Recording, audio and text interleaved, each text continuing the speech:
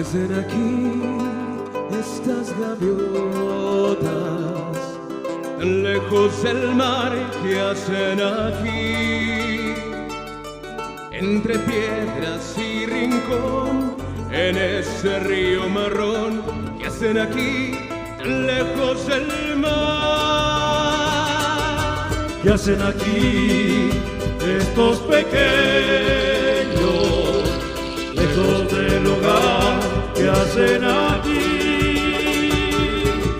Entre hierbas y dolor, en este sucio balcón. ¿Qué hacen aquí, lejos del hogar?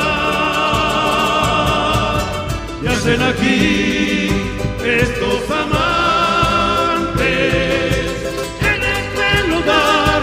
¿Qué hacen aquí? Entre hierbas y candor, En este parque de amor, ¿qué hacen aquí, lejos de la razón? Lejos del amor, lejos del cielo, lejos del un alma perdida, un sol sin vida. ¿Qué hacen aquí estos desvelos? ¿Qué hacen aquí sin un consuelo? ¡Vamos arriba! ¡Compadre! ¡Cero!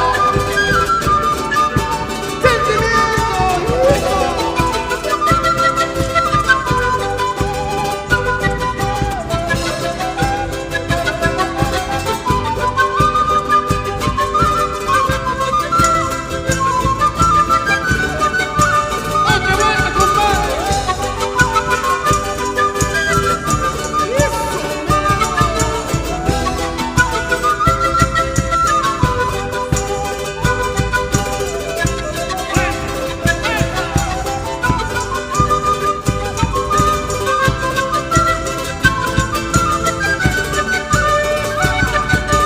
¿Qué hacen aquí estos amantes en este lugar? ¿Qué hacen aquí? entre hierbas y candor, En este parque de amor, ¿qué hacen aquí, lejos de la razón? Lejos del amor, lejos del cielo, lejos del un alma perdida, un sol sin vida. ¿Qué hacen aquí estos desvelos?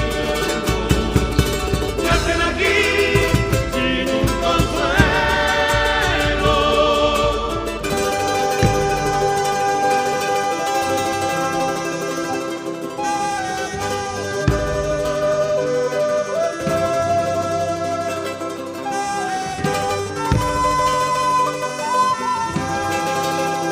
¿Qué hacen aquí? ¿Qué hacen aquí? ¿qué hacen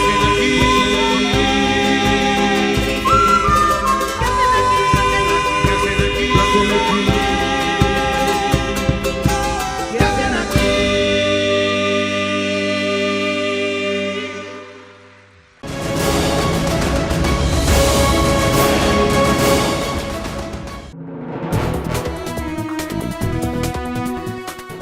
Amigos, hoy en nuestra sección de salud tenemos al doctor Felipe Pacheco Pineda. Él es médico cirujano, egresado de la Facultad de Medicina de la Unidad Saltillo y posteriormente hizo su especialidad en la Clínica 25 de Monterrey. ¿Así es, doctor? Así es, Betty, en el Instituto Mexicano del Seguro Social, muy orgulloso de ser egresado de esa institución, como de la Universidad Autónoma de Coahuila, así del IMSS también, orgulloso de ser egresado. El tema que vamos a tratar hoy son cálculos biliares o, como se les conoce comúnmente, piedras en la vesícula, ¿verdad? Es así. Bien, doctor, vamos a empezar desde la vesícula, la función que cumple. La vesícula tiene una función de reservorio, es decir, de almacenar una bilis que produce el hígado. Esta se va a vaciar, la vesícula, de su bilis, cuando el ser humano ingiere grasa. Al ingerir grasa se produce una hormona del mismo intestino que se llama colecistoquinina. Esta colecistoquinina viaja por la sangre, llega a la vesícula y estimula el músculo liso de la vesícula para que se contraiga y se vacíe esta, y la bilis, una vez que se vacía de la vesícula, llega al intestino para hacer una emulsificación de las grasas y de esta forma tener una absorción mejor por el intestino para la nutrición del ser humano. Entonces, podemos entender que es básicamente la alimentación lo que produce estos cálculos biliares. Dentro de los componentes de la bilis, quisiera partir de ahí, Betty, de los componentes de la bilis está el colesterol, sales biliares, sustancias carbonatadas de sodio también, lecitina, entre otras sustancias.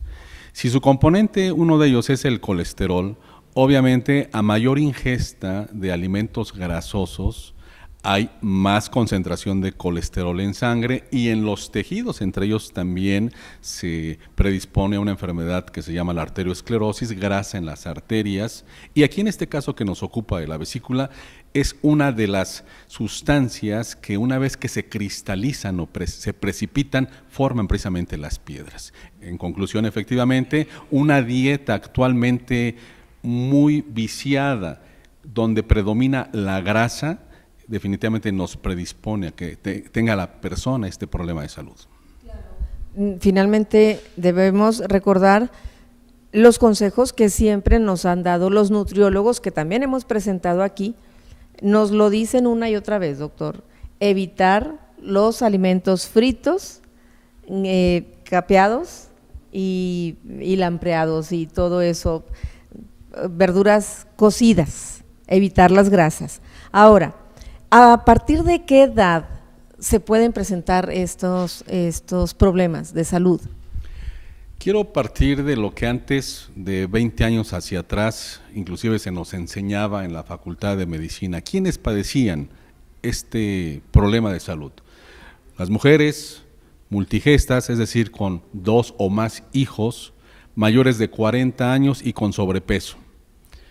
Actualmente, dada una situación económica donde nuestros mexicanos y en el mundo entero ha bajado la capacidad de adquirir bienes y servicios, entre ellos nutrientes correctos, aparte que hay una multiocupación de los jóvenes y de todas las edades y de cualquier género, hombres y mujeres a cualquier edad andan para arriba y para abajo, la economía está, como decíamos hace un momento, casi con dificultades para la adquisición de una buena dotación de nutrientes, y entonces el joven, hombre o mujer, el adulto, hombre o mujer, anda comiendo en la calle hot dogs, mayonesa, mostaza, harinas, chicharrines que están fritos con manteca, pollos fritos, embutidos.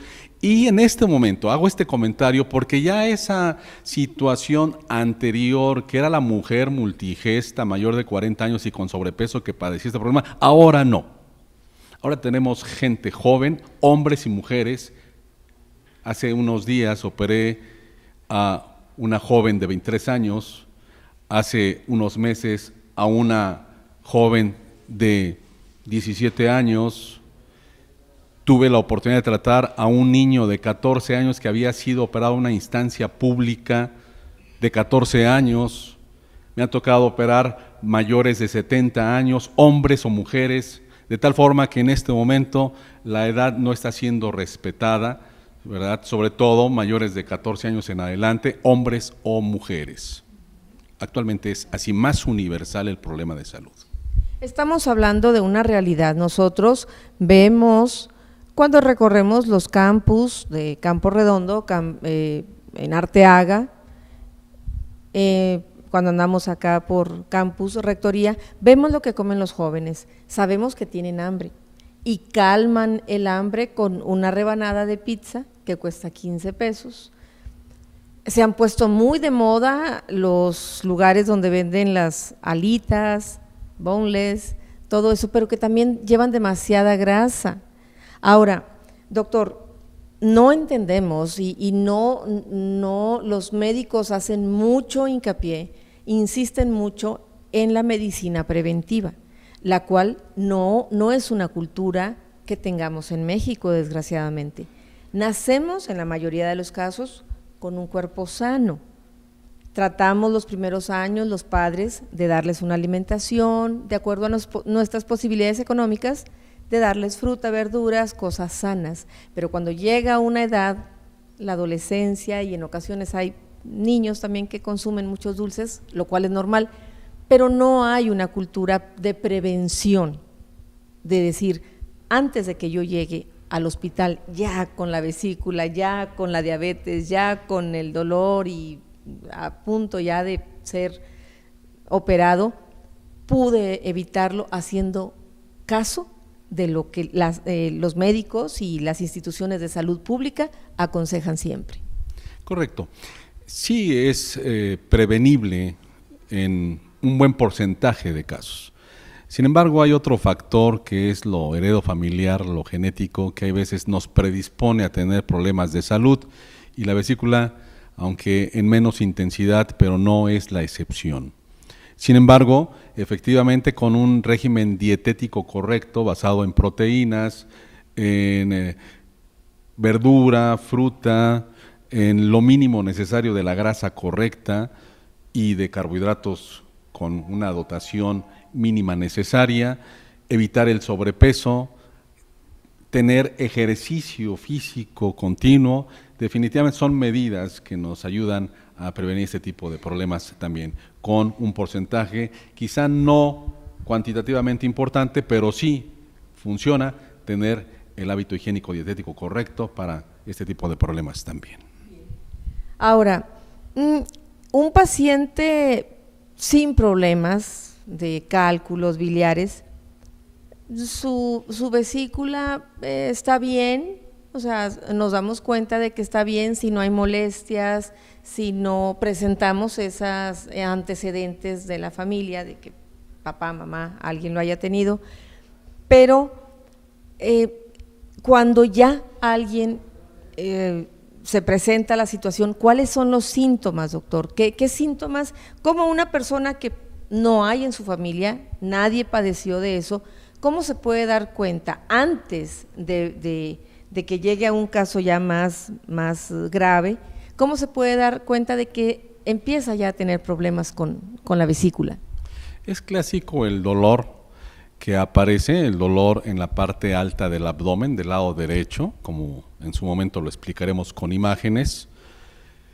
Es el dolor que aparece en lo común, sin que sea la regla, después de comer grasa. Se come grasa y, como hace unos momentos comentábamos, se produce una hormona que es la colecistoquinina.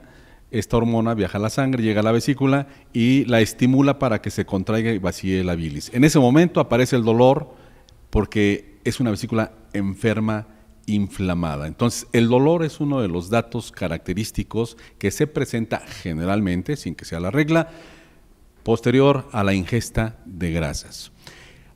Síntomas a seguir, que tampoco sea la regla, pero sí lo común: náuseas, vómito, fiebre puede existir en algunos casos cuando la vesícula se complica y se llena de pus.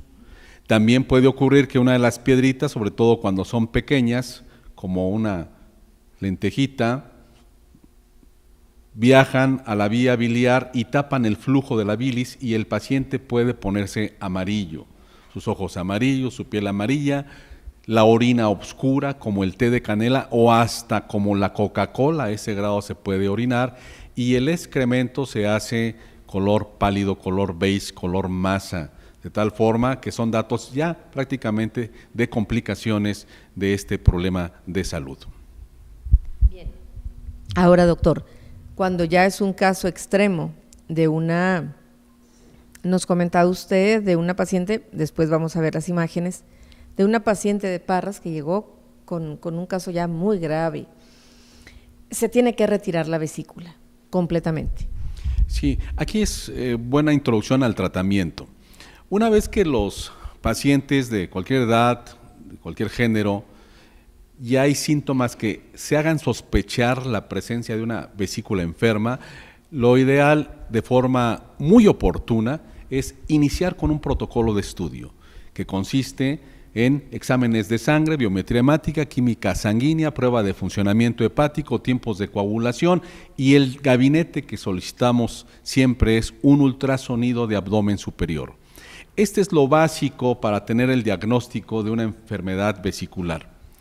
En este caso, que ahorita comentaba Betty, son casos donde está muy engrosada la pared de la vesícula, con una piedra única fue este caso, inflamada de una forma sorprendente, al grado de que técnicamente se batalla un poquito, muchas veces, para ya sacarla de la pared abdominal. De tal forma que el tratamiento, ya iniciamos el comentario, va a ser la cirugía. Cuando demostramos una vesícula enferma, es la cirugía, es quitar la vesícula con las dos técnicas que ya conocemos. La técnica tradicional, que es la llamada cirugía vesicular abierta, ¿verdad?, en una incisión de 10, 15 centímetros aproximadamente, más o menos, subcostal derecha. O bien la cirugía laparoscópica, donde puede hacerse con 3 puertos, 3 heridas pequeñas o hasta 4 para retirar este órgano enfermo. Como comentamos hace un momento en la entrevista sobre la vesícula biliar, su enfermedad, que es la colecistitis, es decir, inflamación de la vesícula biliar, con o sin piedras. Cuando lleva piedras se llama colecistolitiasis o colecistitis litiásica. Cuando no tiene piedras, una vesícula, es una colecistitis alitiásica y también enferma. Vamos a tocar un poquito las imágenes, a describir las imágenes generales de lo que es la anatomía de la vesícula biliar. Como podemos apreciar en esta imagen, la vesícula biliar se encuentra justo debajo del hígado, del lado alto del abdomen, del lado derecho, abajo de los diafragmas, del lado derecho. La vesícula biliar forma parte del sistema digestivo.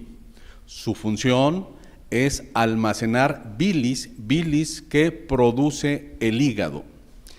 La función de la bilis, una vez que el paciente o el individuo come, es mezclarse, vaciarse la vesícula, transmitir la bilis hacia el intestino y posteriormente se mezcla con el alimento grasoso.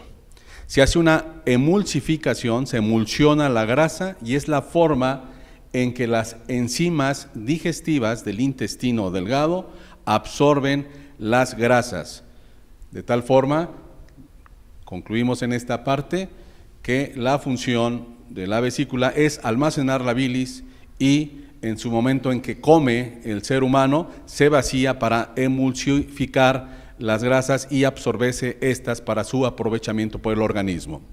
Nos podemos dar cuenta que la vesícula tiene una forma tipo pera, tipo higo, su forma, su pared,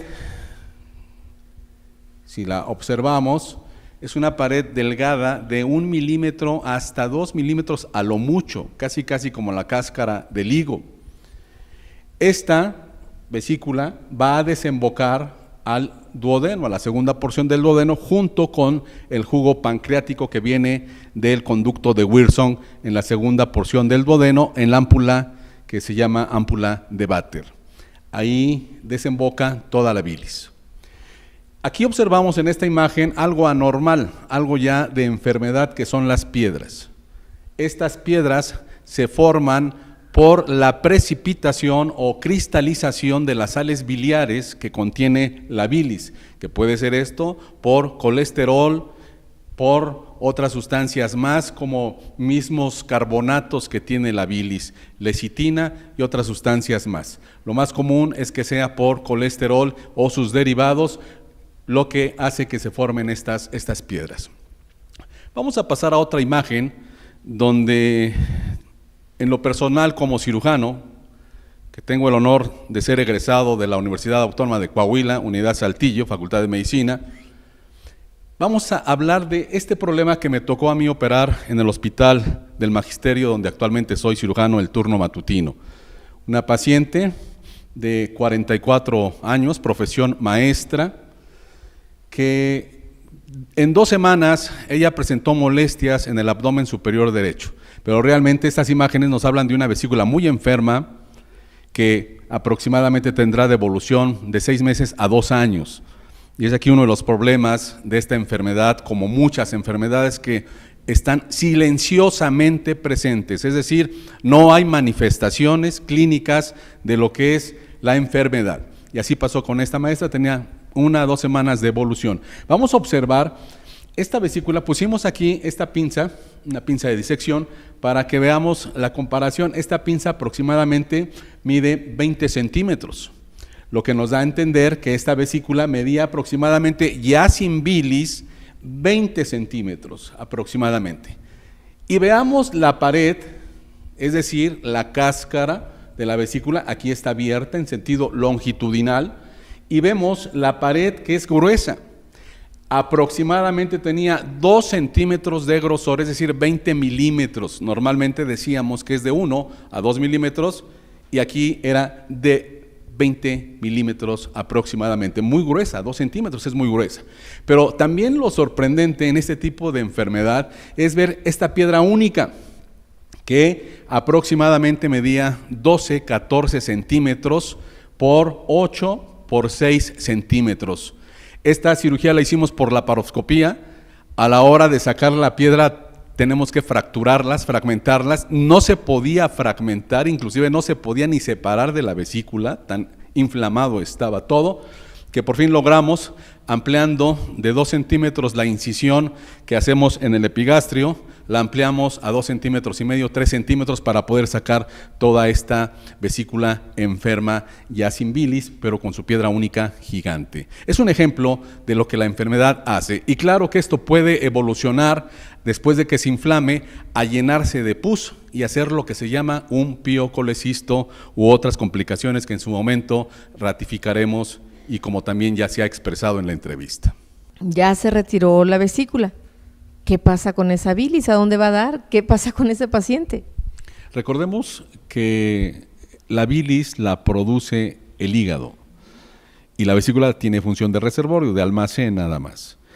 El hígado va a seguir produciendo bilis y va a pasar de una forma directa al intestino esa bilis, de tal forma que para fines prácticos es nada más cuestión de adaptación por lo cuantitativo que representa el flujo de bilis ante la ausencia de la vesícula para que pueda tener un paciente una buena digestión a la ingesta de grasas.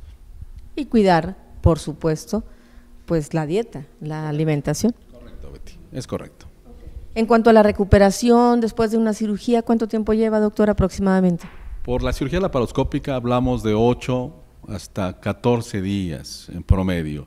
Y en la cirugía tradicional abierta, 28 días en promedio, hasta un poquito más de 30, 35 días el límite aproximadamente. Estamos hablando de casos donde no se complicó con lesiones de la vía biliar, con lesiones por ahí que en ocasiones llegan a ocurrir, son casuísticas internacionales de riesgo, pero en el flujo normal del padecimiento y el tratamiento son los días estimados. Bien, doctor, pues quisiéramos platicar mucho más con usted como cirujano. Posteriormente, y si usted acepta otra invitación para nuestro programa de contacto universitario, podríamos hablar de hernias. Claro, Betty, me pongo a la orden. Correcto. Entonces, el doctor Felipe Pacheco Pineda atiende en la Clínica del Magisterio. Ahorita, ¿sí podemos decir el teléfono, doctor? Claro. ¿El celular? Claro, 84 48 08 87 19, nos ponemos a sus órdenes. Bien. Por último, porcentaje de la población que padece de estos cálculos biliares aproximadamente. El 25% de las mujeres padece este problema de salud. En el hombre, aunque parece contradicción lo que voy a decir, porque hace rato hablábamos que no era ya distinción entre género, pero en porcentaje sí. Es menos común en el hombre, estamos hablando de un 10, un 15% de los hombres que padecen este problema de salud. Bueno, mujeres, ahí está la recomendación. Los taquitos en lugar de dorados, podemos ponerles lechuga, podemos variar de muchas formas para evitar las grasas, cuidarnos nosotras, cuidar a la familia y cuidar y hacer caso a las recomendaciones. Doctor, muchas gracias por su tiempo para esta entrevista y nos vemos en la siguiente ocasión. Como a las órdenes de ustedes. Hasta luego. Nosotros continuamos en Contacto Universitario.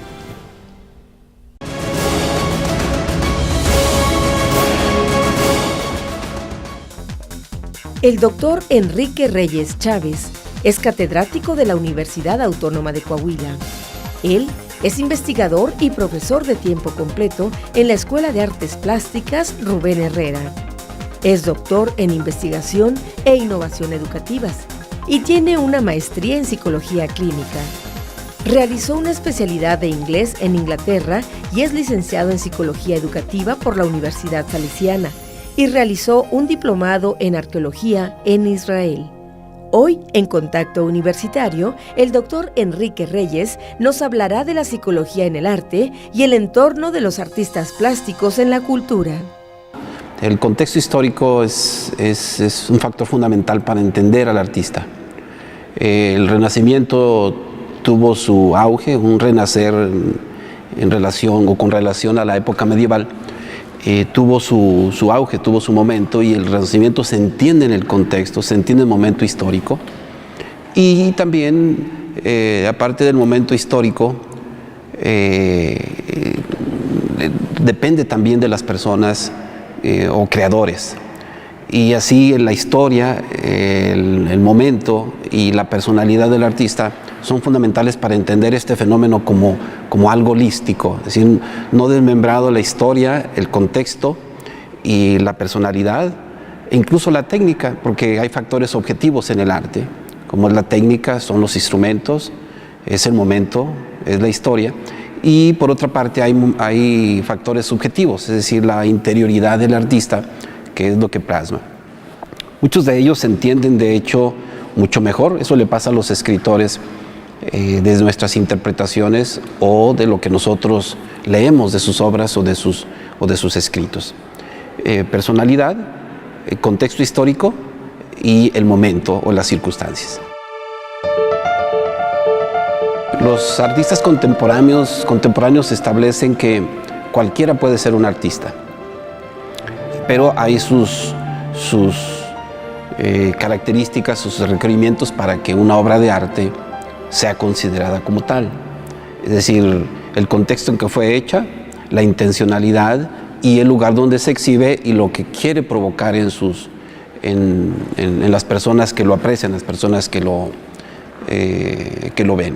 Entonces, se conjunta necesidad del artista, solicitación del mundo exterior, la necesidad que hay de representar, de plasmar, de expresar algo.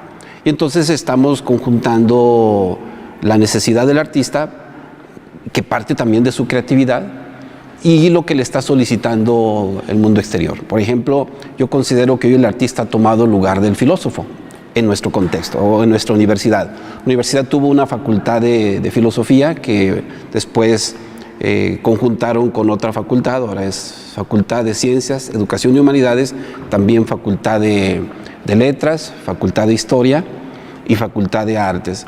Y lo que el filósofo hace, es decir, una lectura del momento que estamos viviendo, el artista lo hace a través de la obra. Muchos de ellos, la mayoría son críticos, leen, plasman, interpretan y nos dan una lectura del momento de lo que está pasando.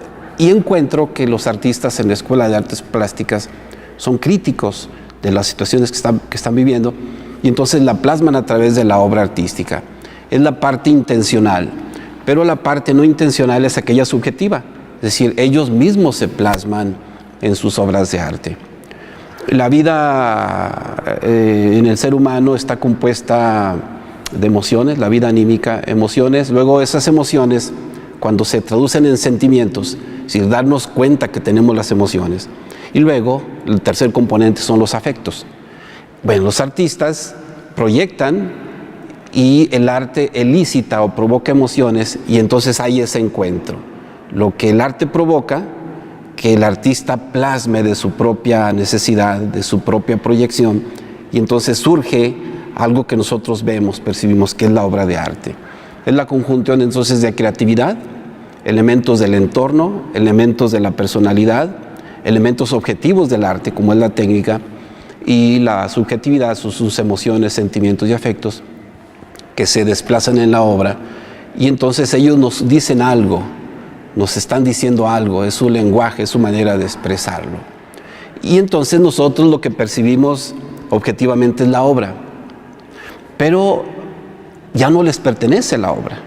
Si el artista crea y nos regala su obra, el literato escribe, nos regala su obra, y entonces nosotros la leemos, la releemos, la interpretamos, y en algunos casos esa obra resignifica nuestra vida o la obra del artista. Pero entonces los artistas han llegado a expresar que cuando ellos crean y nos regalan una obra de arte, ya no les pertenece, sino que les pertenece al público, o le pertenece al público. En ese sentido, he constatado en mi experiencia en la Escuela de Artes que los artistas se entienden mucho mejor a sí mismos con las interpelaciones de los espectadores.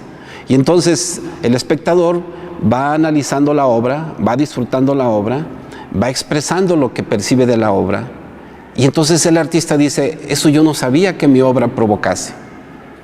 Y por eso los escritores les pasa, a los artistas les pasa, se entienden mucho mejor cuando nosotros interpretamos la obra y les retroalimentamos de lo que percibimos. El arte tiene una finalidad que es la transformación del entorno, la transformación social. Humberto Eco, por ejemplo, historiador experto en época medieval, retrataba exactamente lo que era el medioevo, una época no oscura, sino de grandes adelantos en la medicina, en las bibliotecas, en la filosofía, en el arte y el surgimiento de la universidad. Él decía que si el arte no tenía una trascendencia social, una trascendencia comunitaria, lo decía en concreto desde la teoría de la semiótica. Dice, el arte tiene que comunicar.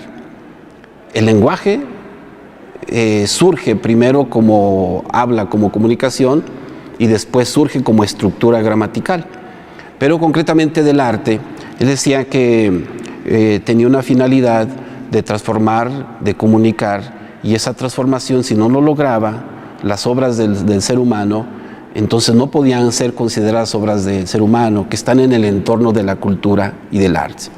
Bueno, admitamos que somos un país con un nivel educativo en años escolares como se mide bajo, poco culto y poco educado. Yo considero que el arte nos contribuye a nuestra sociedad mexicana en no solamente el disfrute, el goce momentáneo que implica estar frente a una obra de arte. Cuando nosotros nos concretamos a leer un libro, a ver una obra de arte, a apreciarla, solamente por el gusto que ello significa, y no trascendemos el cambio que puede hacer en nosotros, y luego el cambio que puede hacer en la sociedad, se queda como goce o como mero disfrute.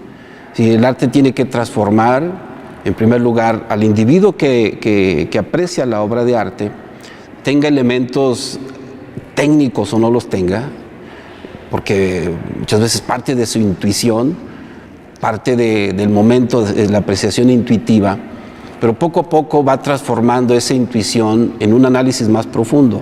Y luego ese análisis lo transforma en una crítica, luego esa crítica lo transforma en un cambio, y ese cambio lo transforma en resignificar su vida. Entonces el arte le aportó algo, y no solamente transforma su vida, sino que eso lo transforma en la sociedad. Por ejemplo, alguien que va a ver a Vic Muniz a Monterrey, o la Capilla Sixtina en Torreón, esta réplica, o la exposición de Pedro a Francisco del Vaticano en Ciudad de México, y viene y lo cuenta, y su entusiasmo hace que otro se pesque o se vincule a esa idea. ya ejerció una especie de transformación y la otra persona por perifoneo otro y otro, entonces el arte va incidiendo en una sociedad mejor culta, más culta, mejor educada. Entonces eso provoca el arte, aparte que pues realiza una crítica de denuncia, de análisis, de comunicación de lo que está sucediendo. Es una componente comunicativa muy profunda y de transformación social. Asistimos a un parteaguas entre una sociedad que fue más proclive a la escucha y la transformación a una generación con mayor propensión a lo visual. Entonces eso los autores le han llamado el Homo Audiens. Anthony Giddens, por ejemplo, habla del Homo Audiens a una transformación al Homo Videns. Es decir, la sociedad, los medios están inundados de imágenes, la tecnología. Entonces, lo que a nosotros nos fascinaba escuchar por la radio, partidos de béisbol, narraciones de peleas de box, hoy los muchachos prefieren verlo y se hacen expertos en los medios de comunicación, especialmente digitales, esta propensión innata de desplazar el dedo frente a una pantalla, de cautivarse por las imágenes. Asistimos a esa característica del Homo Audiens al Homo Videns, el hombre que es menos propenso para escuchar y más para ver. Ahora hay toda una tendencia del paso del arte plástico al arte visual. Sin embargo, en la universidad, en la Escuela de Artes Plásticas, se ha intentado conjuntar ambas tradiciones. Lo plástico artesanal, lo clásico heredado de la clasicidad griega, del Imperio Romano, después el Renacimiento, el devenir del modernismo hasta la época contemporánea, ha hecho que haya nuevas formas de expresión. Y lo menos que podemos hacer es nosotros tratar de juzgar qué es y qué no es arte. Simplemente son expresiones, y expresiones del ser humano, por lo que hablábamos del contexto. Entonces, hoy hablamos de arte visual. Y ese arte visual es resultado de una característica de esta nueva generación que hemos tipificado a veces arbitrariamente como generación millennials, como generación X, XY o generación Y. Pero finalmente que da cuenta de un entorno diferente al que nosotros, como generación millennials de los años 80, 90, asistimos y a lo que hoy las nuevas generaciones están apreciando y están creando. Entonces hacemos esa distinción entre arte visual y arte plástico y la escuela intenta conjuntarlo. Hace un par de meses en la asistencia a un congreso internacional de cultura visual en Roma, tuve la fortuna de entrevistar a un artista, Renato Mazza, un artista italiano, arquitecto, formado en la escuela clásica del arte, de la plástica y también en las nuevas técnicas visuales. Y él decía, son expresiones, no debemos aproximarnos a ellas desde un punto de vista del juicio, sino analizarlos y en todo caso apelar a la interpelación del artista, que lo que quiere es provocarnos para que nosotros descubramos ahí lo mínimo de la belleza, la verdad y la bondad en el arte que nos provoca. Voy a cumplir 2 años que me inserté a la Escuela de Artes Plásticas como profesor investigador de tiempo completo de estos perfiles PRODEP y después ser invitados para aplicar al Sistema Nacional de Investigadores. Y la universidad, preocupada por estos procesos de docencia, investigación, gestión y tutoría, estas 4 características, tareas que los profesores de tiempo completo hacemos, he tenido la oportunidad de estudiar a los artistas, tanto docentes como alumnos o egresados de la Escuela de Artes Plásticas. El primer estudio que realicé fue uno desde la teoría del psicoanálisis, que se llamó Arte y Proyección Psicoanalítica. fue un análisis de 3 artistas egresadas en junio del 2017 de la escuela, que sus escritos o tesinas, sus obras, tanto de pintura como escultura, y una de ellas performance, esta modalidad de expresión artística, que me proporcionaron, y con su autorización, es decir, una carta de consentimiento informado, hice grupos focales, varias sesiones y entrevistas. Entonces, el resultado de ese material yo lo sometí a una interpretación desde la teoría del psicoanálisis. Lo llevé a un Congreso Internacional de Educación Superior en Cuba, específicamente en la mesa La enseñanza de las artes en el nivel superior. En el contacto con otros académicos investigadores, reforcé mi convicción de que tenemos que objetivizar también ese mundo, que mucho de esa producción es desde la subjetividad, es decir, las artistas proyectan sus emociones, sentimientos, afectos, una vida desde la infancia no tan bien estructurada en algunos casos, que la obra les desahoga, les descansa, y eso tenemos que objetivizarlo, es decir, cómo se dan estos mecanismos. Entonces, a través de una serie de conceptualizaciones desde la teoría del psicoanálisis, con los conceptos que ellas esgrimen de su obra y en sus escritos, en la entrevista y en el grupo focal, hago la conjunción de reinterpretar a la luz de la teoría y que emane un material de ahí para poder publicarlo, porque tiene un fundamento científico. Si no hacemos esto, lo que las artistas o los artistas dicen de sus obras serán meramente ocurrencias o proyecciones o expresiones de sentido común. Muchas de ellas hablan de sí mismas a través de la obra, en sus entrevistas, sus escritos, pero aquí no es curiosear lo que ellas hablan, lo que ellas viven, lo que ellos padecen, entre comillas, sino tratar de objetivizarlo a la luz de una teoría científica para que otros artistas conozcan, para que el público conozca cuáles son esos mecanismos a través de los cuales el arte hace que el artista proyecte su mundo interior. Ese se llamó El artista y su proyección psicológica desde el psicoanálisis. Fue publicado en las memorias del Congreso. Está por salir un artículo más extenso en la revista de psicoanálisis de Madrid, el Círculo Psicoanalítico de Madrid, y estoy conjuntando un pequeño libro como reporte final de 100 páginas sobre arte y psicoanálisis, es decir, las características objetivas a través de las cuales nosotros podemos interpretar el arte desde una teoría científica.